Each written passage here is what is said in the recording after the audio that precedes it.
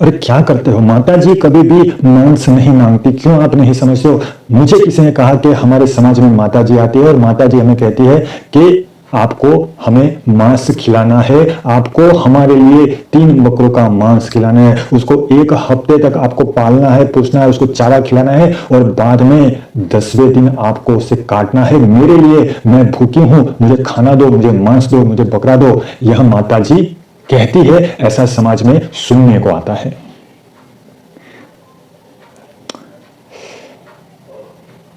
यह सब कैसी मान्यता लेकर लोग बैठे हुए हैं दोस्तों? क्यों ये नहीं समझते हैं कि यह जीव हत्या है, यह पशु हत्या है। जैसा उस प्राणी का, उस पशु का शरीर होता है, वैसा ही तो हमारा शरीर होता है दोस्तों। क्यों नहीं समझते हो? अब सबसे पहली बात तो यह है कि माता कभी भी बलि नहीं मांगती। माता कभी भी किसी के शरीर में नहीं आती और नहीं कहती कि मुझे आप मांस दो, आप मेरे लिए पशु को काटो, निर्दोष पशु की हत्या करो। चलो एक बार हम आपकी बात मान भी लेते हैं कि देवी आपसे मांस मांगती है, ठीक है, तो एक काम करिए, आप क्यों फिर समाज के समस्त लोगों को, अपने अपने सगे संबंधियों को मांस खाने के लिए आप बुलाते हो, आप भी खाते हो। जब आप देवी का ही नाम लेते हो और उनकी कृपा अटकी हुई है इसके बिना, तो एक काम करिए ना, माता जी के लिए थोड़ा सा मांस कहीं से लेकर आइए और उस मांस को माता जी के भोग में लगाइए, प्रसाद में लगाइए और आप समझिए कि माता जी ने खा लिया। जो निर्दोष पशुओं को आप लाते हो, 1-1 हफ्ते तक उसे चारा खिलाते हो, उसको बांधते हो, उससे प्यार करते हो और बाद में हफ्ते के बाद उसे किसी खारकी के द्वारा कटवा देते हो अपने भोग के लिए। नाम माता जी का है और खा खुद रहे हैं। क्या वहां मूर्ति रूप जो माता जी है, जो फोटो लगाया हुआ है माता जी का, क्या वहां माता जी प्रसाद खाती है? इसे प्रसाद नहीं कहूंगा। क्या वहां माता जी मांस खाती है? नहीं दोस्तों, पहली बात तो यह है कि माता जी कभी मांस नहीं मांगती है और नहीं खाती है।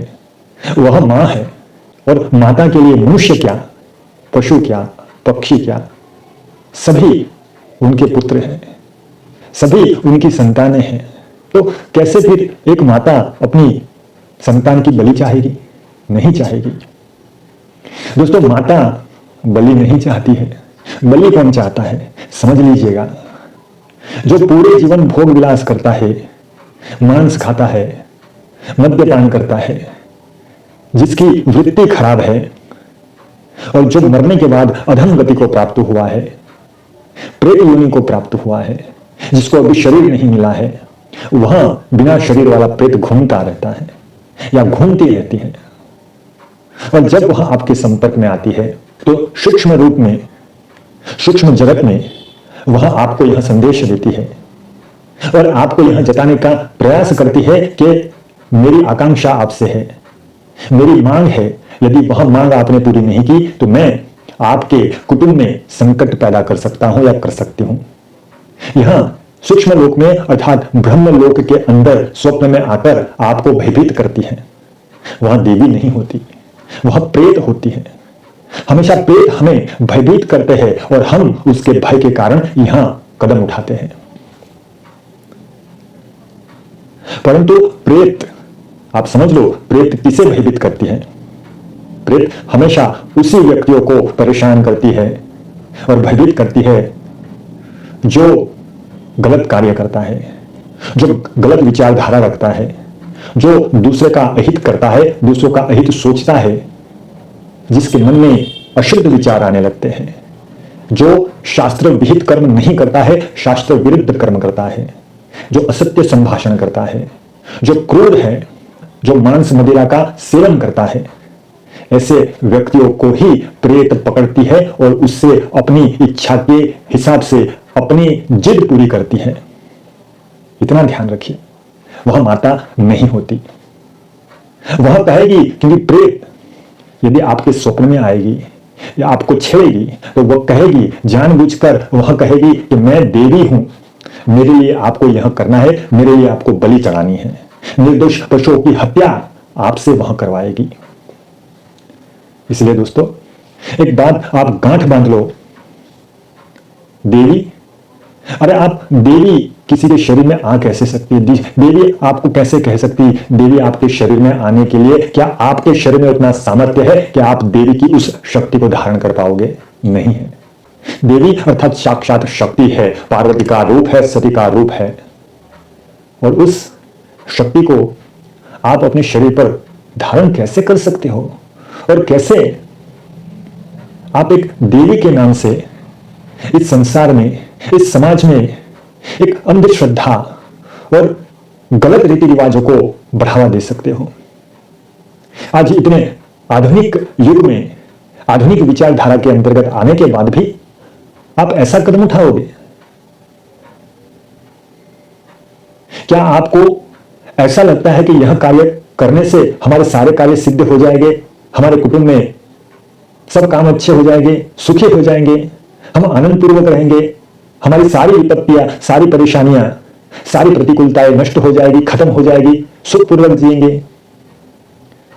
तो यहां आप अपने आप से प्रश्न करो, क्या आपने समाज में ऐसा कहीं देखा है कि जिसके वहां पर ऐसी महापूजा होने के बाद भी कोई प्रतिकूलता नहीं आई है? वह सुखी या दुखी नहीं हुआ है? क्या उसके घर में कोई मारा नहीं गया है? क्या अकाल मृत्यु नहीं हुई है?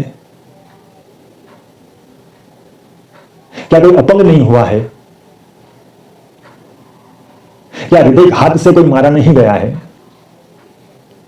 दोस्तों, यह पूजा और यह महापूजा जिसे कहते हैं, चक्र पूजा भी कहते हैं, यह सब करने के बावजूद भी आपके यहां विपत्तियों का एक सिलसिला शुरू हो जाता है। क्यों? आपको यह सोचना चाहिए। हमारे समाज में हमने अपनी आंखों से देखा हुआ है कि इस तरह की पूजा पाठ होने के बाद भी, इसे पूजा पाठ बिल्कुल नहीं कहेंगे, इसको गलत रीति रिवाज कहेंगे, शास्त्र विरुद्ध बातें को आप पूजा पाठ कहते हो, आप संस्कार कहते हो। नहीं हो सकता। इसलिए निर्दोष पशुओं की हत्या करना छोड़ दो, क्योंकि उनको भी जो शरीर हमें मिला है वैसा ही उनका भी उसी मिट्टी से बना हुआ शरीर रहता है। जितनी तकलीफ हमें होती है उतनी ही उनको भी होती है। इस विषय में एक छोटी सी कहानी, जिसमें द्वैपायन और एक कीट, जो छोटा सा कीड़ा है, उसके बीच में एक वृतांत आता है। दोस्तों, महाभारत में यह वृतांत मिलता है हमें कि एक बार द्वैपायन व्यास जी कहीं रास्ते से जा रहे थे। अब द्वैपायन व्यास जी तो बड़े विद्वान, सर्वज्ञ और सभी भाषाओं को, पशु पक्षी, कीट पतंग और पेड़ पौधे, सभी भाषाओं का ज्ञान उन्हें था। सभी के साथ वहां बातचीत कर सकते थे, उतना सामर्थ्य और उतने विद्वान थे। तो बीच राह में चलते चलते द्वैपायन मुनि ने देखा कि एक कीड़ा, छोटा सा कीड़ा, वहां बड़े तेजी से कहीं जा रहा है। उसके मन में कहीं भय दिखाई दे रहा है। तो सर्वज्ञ जानने वाले, सब समझने वाले, सब भाषाओं को समझने वाले द्वैपायन व्यास जी ने उस कीट को रोकते हुए प्रश्न किया कि हे कीट देव, तुम इतने भयभीत होकर इतने तेज गति में कहां चले जा रहे हो? तुम्हें किसका भय लग रहा है और तुम भयभीत क्यों हो रहे हो? यह बात सुनकर उस कीट ने प्रत्युत्तर दिया कि हे व्यास जी, हे मुनि, मैं सुन रहा हूं कि मेरे पीछे बहुत दूर कुछ अंतर में एक बैलगाड़ी बड़ी तेजी से आती, मेरी तरफ आती नजर मुझे दिखाई दे रही है। मैं उसी से भयभीत हो रहा हूं। तो मुनि बोले, उसमें भयभीत होने की क्या जरूरत है? वहां बैलगाड़ी आएगी और तुम मर जाओगे। कीट योनि है, तुम्हें दूसरी योनि मिल जाएगी। अधम योनि में पड़े हुए हो तुम, उसमें इतना चिंता और इतना भय होने की क्या आवश्यकता है? वैसे भी तुम्हें सुखी तो होगा, तुम मर जाओगे तो सुखी होगा। यह दुखदायी जीवन से तो तुम निवृत्त हो जाओगे। तब उस कीट ने मुनि को जवाब देते हुए कहा, आप बड़े ज्ञानी और सर्वज्ञ, सभी भाषाओं को जानने और समझने वाले हो। तो आप मेरी इस बात को भी समझो। मनुष्य हो या पशु पक्षी प्राणी कीट पतंग, सभी योनियों में सुख होता है। और हमें भी हमारी अवस्था में, हम जिस अवस्था में है, जिस योनि में है, उस अवस्था में हमें भी सुख होता है। हम भी चाहते हैं कि हम इसी तरह से जीते रहे, हमें कोई तकलीफ ना हो। यह शब्द, स्पर्श, रूप, रस, गंध, इन सभी विषयों का भोग हमें भी अच्छा लगता है। हम भी चाहते हैं कि हम मरे नहीं और सुख भोगते रहे। इस बैलगाड़ी को आते, उसकी आवाज को सुनते मुझे डर लग रहा है। भयंकर ध्वनि मेरे कानों में पड़ रही है। उससे भयभीत होकर मैं भागा जा रहा हूं, कहीं ये मुझे कुचल न दे, मैं मर न जाऊं। तो दोस्तों, कहने का तात्पर्य यह है कि एक छोटा सा जो कीड़ा होता है, उसको भी अपने शरीर से लगाव होता है, प्रेम होता है। उसको भी अब हमारे जैसा ही दुख होता है जब शरीर में पीड़ा होती है, जब उसे कोई रौंद कर चला जाता है, जब उसे कुछ कंकड़ पत्थर उसके आड़े आ जाते हैं या तो उसको लगते हैं, तब उसे भी पीड़ा होती है। जब उसका शरीर कटता है, जब उसे चोट लगती है, तो उसे भी, जैसे हमें चोट लगती है तो हमें दर्द होता है, उसी तरह का दर्द उस कीट को भी होता है। दोस्तों, तो ये मत समझो कि वहां अलग है, वहां तो मरने के लिए ही है, इसलिए हम पशु बलि देते हैं और माता जी को खुश करते हैं। नहीं दोस्तों, जैसा हमें दुख पाकर, हमारे बच्चों को, हमारे संतानों को दुख पाकर हम कभी सुखी नहीं रह सकते, वैसे ही माता जी भी उनकी संतानों को, अर्थात पशु पक्षी कीट पतंग मनुष्य, सभी संतान उन्हीं के हैं। और उस माता को, उस निर्दोष पशुओं की बलि देकर भला कैसे सुख प्राप्त हो सकता है, कैसे खुश हो सकती है? तो इसका हर्जाना दुख रूप प्रतिकूल परिस्थिति के रूप में आपको भुगतना ही पड़ेगा। यहां अवश्यम भावी है, क्योंकि अवश्यमेव भोक्तव्यम कृतम कर्म शुभाशुभम न भुक्तम क्षीयते कर्म कल्पकोटि शतेरपि। इसीलिए कहता हूं दोस्तों कि तस्माद शास्त्रम प्रमाणम पे कार्य कार्य व्यवस्थितो ज्ञात्वा शास्त्र विधानोक्तम कर्म कर्तुमि हारहसि। अर्थात शास्त्र क्या कहते हैं, शास्त्र ही प्रमाण है, इसमें क्या करना है, क्या नहीं करना है, क्या योग्य है, क्या अयोग्य है।